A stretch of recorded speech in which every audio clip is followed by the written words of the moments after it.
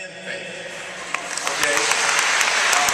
We have to be careful about words because that's part of propaganda. Words like democracy, words like freedom. You know, democracy, it's a wonderful idea. We have never had it. Never had it. We have never had it. Never. So we just ended legal apartheid, what, 48 years ago?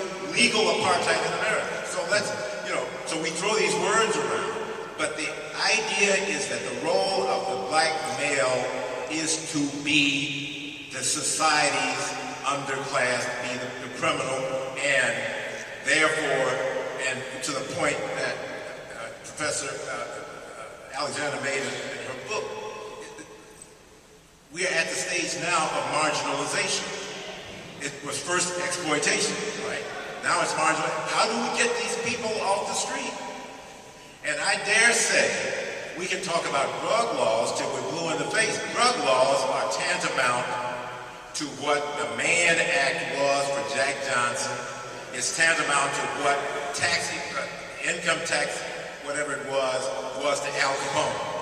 If they decide that they want to get you off the street, then that's what they will do, get you off the street.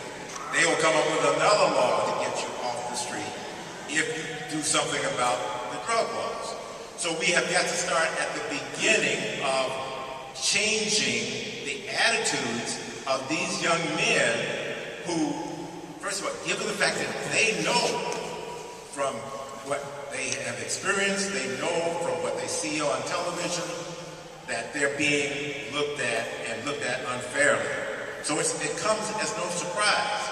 We have to deal with what kind of thing is there about the hopelessness, the objectification, the self-esteem deficiency that makes it easier for them to be targets to go into the penal system. We have got to choke off the system by changing the image that they have of themselves.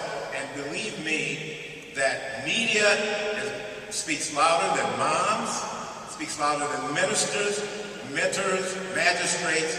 There is nothing more powerful to affect attitudes and behavior than media. And we have the power to change it. We have the power to change it because we have access to the new media, and we have 41 million African Americans in this country with $800 billion in spending power.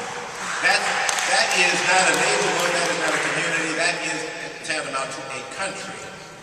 And if we can ever get united enough to pull ourselves together and understand that the only thing that accedes to power is not demand, that accedes to power. It is coercion. And the only coercion that works in this country is economic coercion. And we need to use our economic power to say, no, you can't do this to us.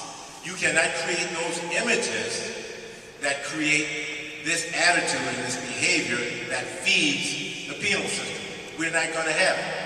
And so that's where we have to start, with where our power is. There's this whole thing called the internal versus external locus of control. I think we have to stop looking outside of ourselves for help. And we've got to understand that it is not what people do to us, it's not what people do for us, it's what we do to ourselves. And what we allow people to do for us. That is